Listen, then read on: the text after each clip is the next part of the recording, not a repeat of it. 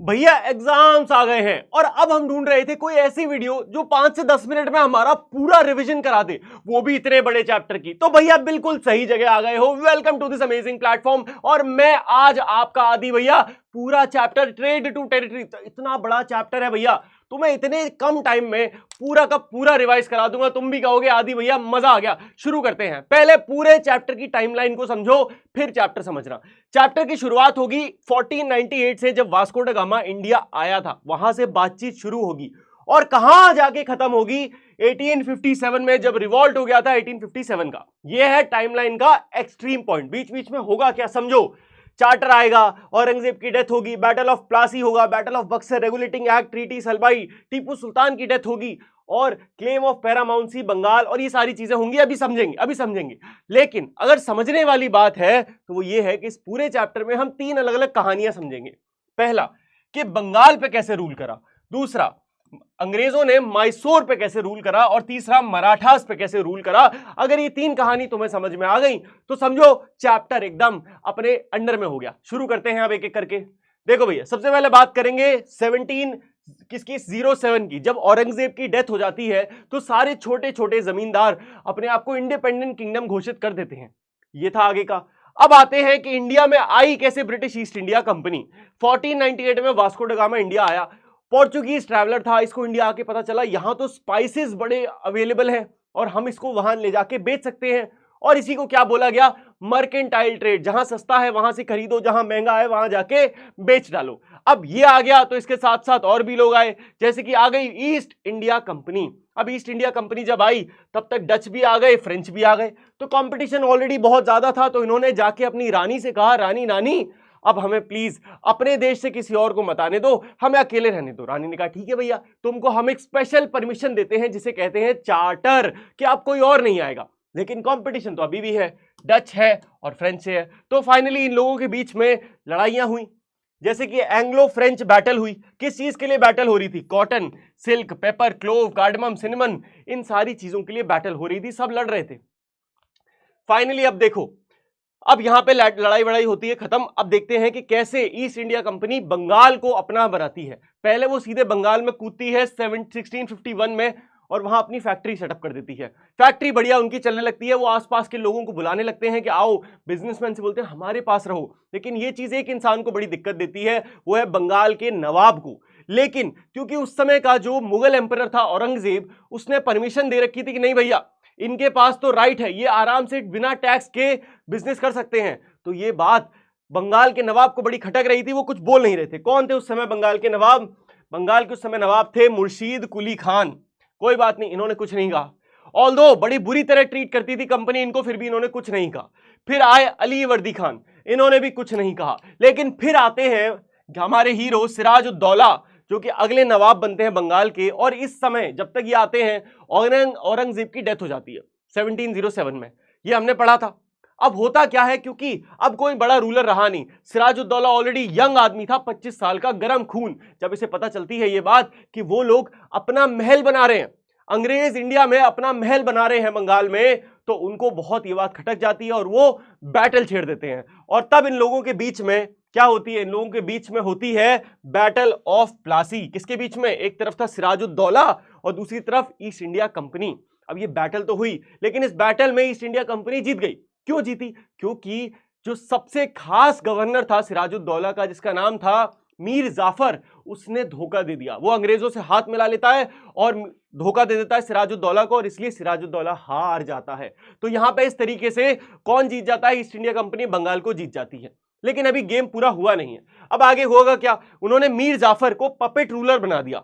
मीर जाफर जिसने धोखा दिया था सिराजुद्दौला को, उसको पपेट रूलर तो बना दिया, लेकिन 1 साल बाद उसे रियलाइज हो गया कि यार ये चीज सही नहीं है, तो वो भी बात मानना छोड़ देता है। फिर क्या होता है? फिर कुछ और होता है। फिर मीर जाफर के बाद आता है मीर कासिम। कौन? मीर कासिम।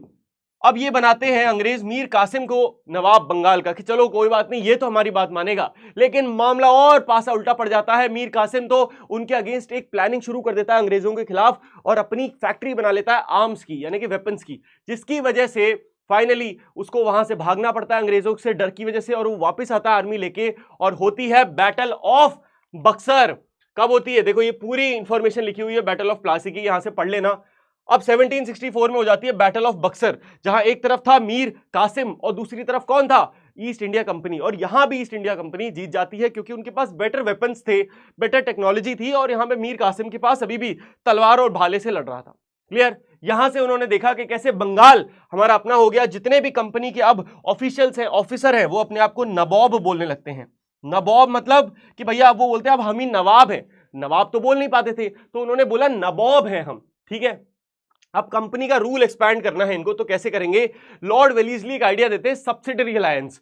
खतरनाक। वो कहते हैं कि क्यों ना आर्मी ही है जो उससे हमें खतरा है। एक राजा के पास आर्मी होगी तो हम पे अटैक करेगा, आर्मी ही हम रखते हैं। हम आर्मी किराए पे देंगे अलग अलग राजाओं को, एक आर्मी हम रखेंगे, पूरी ट्रेनिंग हम देंगे, और फिर हम आर्मी राजाओं को किराए पे देंगे, किसी राजा को अलाउड नहीं होगा। इसको कहा गया सब्सिडरी अलायंस, कि कोई राजा को आर्मी रखना अलाउड नहीं है। आर्मी अगर उसे चाहिए अपनी प्रोटेक्शन के लिए तो वो हमसे खरीदे, बदले में हम उससे क्या लेंगे, एक बहुत बड़ा ह्यूज अमाउंट ले लेंगे, और अगर वो पैसा वापस नहीं दे पाया तो हम उसके टेरिटरी का एक पार्ट रख लेंगे। तो खतरनाक आइडिया था सब्सिडरी अलायंस का।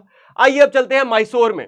मैसूर में बहुत पॉपुलर राजा था टीपू सुल्तान, जिसको टाइगर ऑफ मैसूर कहा जाता है। इसके पापा का नाम था हैदर अली, ये भी बहुत पॉपुलर थे। इनकी और ईस्ट इंडिया कंपनी के बीच में ऑलरेडी लड़ाई चल रही थी, जिसको कहते हैं एंग्लो मैसूर वॉर। पहली और दूसरी इनके पापा ने लड़ी। फिर आ गए इनके फेमस बेटे टीपू सुल्तान। टीपू सुल्तान बहुत ही हिम्मत वाले थे। इन्होंने साफ मना कर दिया कि हमारे एरिया में जो पोर्ट है उससे कुछ भी एक्सपोर्ट नहीं होगा, तुम जो चाहे कर लो। सारा सैंडलवुड, पेपर सब मना कर दिया, और लोकल्स को बोल दिया कि यहां से इन ईस्ट इंडिया कंपनी वालों के साथ कोई बिजनेस नहीं करेगा। और उसने फ्रेंच के साथ अच्छे रिश्ते बनाए कि भैया हमारी आर्मी को तुम ट्रेन कर दो, हम इन ईस्ट इंडिया कंपनी वालों को मदद चखा देंगे। तो यहां तक सब ठीक चल रहा था। और इसके बाद होती हैं 4 लड़ाइयां, 4 वॉर, जो कि 2 उसके पिताजी ने लड़ी और लास्ट की 2 टीपू सुल्तान ने लड़ी। 1799 में टीपू सुल्तान बुरी तरह हारा गया बैटल ऑफ सेरिंगपट्टनम में, जो उसकी कैपिटल भी थी। ऑलरेडी वो बहुत उससे लड़ा, लेकिन हारा क्यों, क्योंकि कई चीजों की वजह से, इंटरनल पॉलिटिक्स, धोखाबाजी, और सबसे जरूरी कि फ्रेंच ने उसका उतना साथ नहीं दिया जितना प्रॉमिस किया। तो ये मेन रीजन बना जिसकी वजह से वो मारा गया टीपू सुल्तान। ठीक है। अब टीपू सुल्तान तो मारा गया, अब बात करते हैं मराठास की। तो मराठास की ऑलरेडी 3rd बैटल हुई पानीपत की 1761 में, जहां वो हार गए। तो उनका दिल्ली को रूल करने का सपना तो वैसे ही टूट गया, है ना। उसके बाद क्या हुआ, 3rd बैटल पानीपत की हारने के बाद उनके सारे मराठा स्टेट डिवाइड हो गए छोटे छोटे। कहीं सिंधिया इकट्ठा हो गए, होलकर, गायकवाड़, भोंसले। तो ये जो इंदौर एमपी वाला पूरा रीजन है वहां पे इकट्ठा हो गए। पेशवा इनका रहता था पुणे में। अब भैया क्योंकि इतना डिवीजन हो गया तो ऑलरेडी वीक है मराठा एम्पायर। इसी टाइम पे ईस्ट इंडिया कंपनी ने सोचा ये बढ़िया मौका है, इसी पे हथौड़ा मारा जाए। हथौड़ा मारा और हुई series of Anglo Maratha war. First हुई 1775 में, सेकंड हुई 1803 में, और थर्ड हुई कब, 1817 में।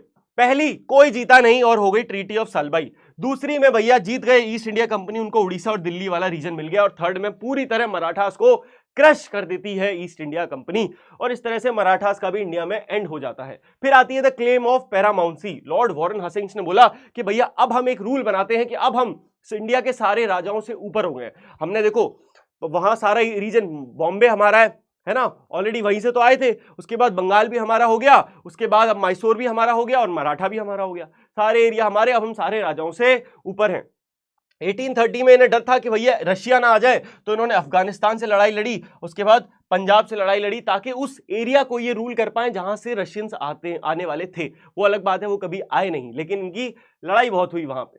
फिर आया डॉक्ट्राइन ऑफ लैप्स। सबसे इंपॉर्टेंट हुआ क्या, लॉर्ड डलहौजी ने एक रूल बनाया कि अगर किसी भी व्यक्ति, किसी भी राजा का कोई बेटा नहीं होगा तो उसका जो पूरा किंगडम है वो लैप्स कर जाएगा, मतलब वो अंग्रेजी सरकार के अंडर में आ जाएगा। और इसकी एक कंडीशन और ये भी थी, उन्होंने बोला कि अगर कोई रूलर अच्छे से रूल नहीं करेगा तो भी उसका किंगडम लैप्स कर जाएगा, हमारे पास आ जाएगा। लेकिन कौन डिसाइड करेगा कि अच्छे से रूल करेगा कि नहीं करेगा। तो 1856 में इन्होंने क्या गड़बड़ करी, अंग्रेजों ने, ईस्ट इंडिया कंपनी ने अवध को अपने अंडर ले लिया, ये बोल के कि देखो यहाँ के जो राजा है ना, ये क्यूटी, ये अच्छे से रूल नहीं कर रहे, जिसकी वजह से लोग बहुत ज्यादा नाराज हो गए, उनके राजा को ह्यूमिलेट किया गया, और जिस वजह से छिड़ गया 1857 का रिवॉल्ट। थी ये थी पूरी कहानी। ठीक है, कहानी समझ में आ गई। तो अब देखो फाइनल लास्ट है, अब नया एडमिनिस्ट्रेशन बनाना है, तो लॉर्ड वॉरेन हस्टिंग्स ने इसमें बहुत बड़ा काम किया। उन्होंने बोला पूरे इंडिया को 3 प्रेसिडेंसी में बांटते हैं, बंगाल, मद्रास और बॉम्बे। तीनों प्रेसिडेंसी का एक एक गवर्नर होगा, और इनके ऊपर पूरे इंडिया में होगा एक गवर्नर जनरल। कौन बना first governor general, Lord William Bentinck. First governor general ये थे, पर ये बंगाल को ही रूल कर रहे थे। तो अगर आप इस चैप्टर के अकॉर्डिंग देखें तो ये थे, लेकिन अगर आप जीके इन जनरल कोई आपसे पूछे तो फर्स्ट ऑफिशियल इंसान जो कि इसी पोस्ट के लिए आया था गवर्नर जनरल के लिए, वो थे लॉर्ड विलियम बेंटिंक। ठीक है, अब आगे बढ़ो। सेटिंग अप न्यू एडमिनिस्ट्रेशन, दो अलग अलग कोर्ट बने। फौजदारी कोर्ट जो था क्रिमिनल कोर्ट, जहां पे मर्डर वर्डर जैसे जो केसेस थे वो हैंडल किए जाते थे, और फिर था दीवानी कोर्ट यानी कि सिविल कोर्ट। ठीक है, इनको सॉल्व किया गया।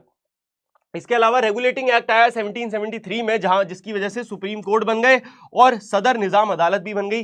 बेसिकली कोर्ट ऑफ अपील, यानी कि अगर कोई अपने डिस्ट्रिक्ट कोर्ट में केस हार गया है तो वो आगे जाके यहां पे अपना केस लड़ सकता है। कैलकाटा में यहां पे ये वाली नई बन गई है, एक नई पोजीशन आई कलेक्टर। तो हर शहर का एक कलेक्टर था जिसका काम था रेवेन्यू और टैक्स कलेक्ट करना, पूरा लॉ एंड ऑर्डर को मेंटेन करना, और जज, पुलिस और दरोगा सब इसके अंडर में थे। बेसिकली आज के टाइम पे जो डीएम होता है ना, वो उस समय कलेक्टर की पोजीशन यहीं से शुरू हुई थी। बहुत इंपॉर्टेंट ब्रिटिश ऑफिशियल था ये। लास्ट टॉपिक है मुगल आर्मी। तो मुगल आर्मी कैसी थी? उसमें घुड़सवार थे और पैदल सवार थे। इन्होंने मिलिट्री स्टाइल में थोड़ा शिफ्ट करा। क्या करा? घुड़सवार तो अभी भी थे, लेकिन अवध और बंगाल से इन्होंने लोग उठाए बनारस से, और उनको प्रोफेशनल सोल्जर बनाने की ट्रेनिंग देनी शुरू कर दी। ठीक है, उसके बाद देखो सिपाही आर्मी बनी, जहां पे क्या सोल्जर्स को क्या बोला जाता था? सिपाही। और फाइनली ब्रिटिश मिलिट्री डिसिप्लिन आ गया 19th सेंचुरी में कि भैया ब्रिटिश को एक प्रॉपर यूनिफॉर्म के तहत ट्रेन किया जाए, और ये यूरोपियन स्टैंडर्ड्स के अकॉर्डिंग इनको ट्रेन किया जाए। तो यही था आज का चैप्टर। आई होप आपको ये पूरा चैप्टर बढ़िया लगा होगा, मजा आया है तो कमेंट सेक्शन में भैया आई लव्ड इट या जो आपका मन करे वो लिखते जाना। मिलते हैं आपसे नेक्स्ट रिवीजन वीडियो में, तब तक के लिए गुड बाय, टेक केयर, मौज मस्ती करते रहिए एंड जय हिंद।